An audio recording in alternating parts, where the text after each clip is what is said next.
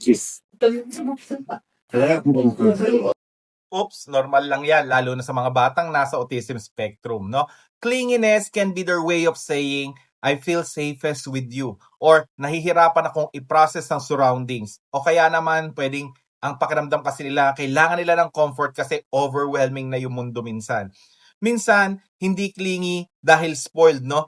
Clingy sila because you are their safe person. Pero good news, no? With emotional confidence, routine, and gradual independence practice, pwedeng mabawasan yan over time. Ito yung mga tips ko para sa inyo sa dahang-dahang pagsuporta kung paano natin mai-improve yung katangian nilang yan, no? Una, bigyan natin ng predictable routine. Ikalawa, mag-practice tayo ng short separations kung tawagin, yung tipong iniiwanan natin sila ng sandali sa room na mag-isa, then babalikan natin.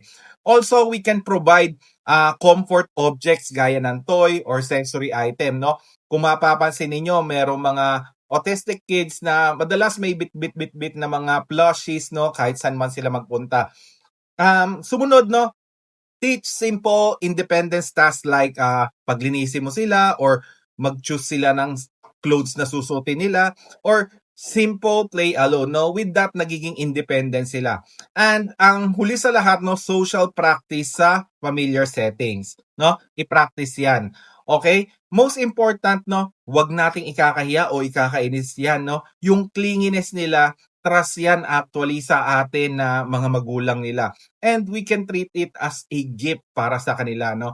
Alam nyo, one day, pag mas independent na sila, I'm sure, no, mamimiss nyo rin yung mga ganyang bagay. Alright? Peace.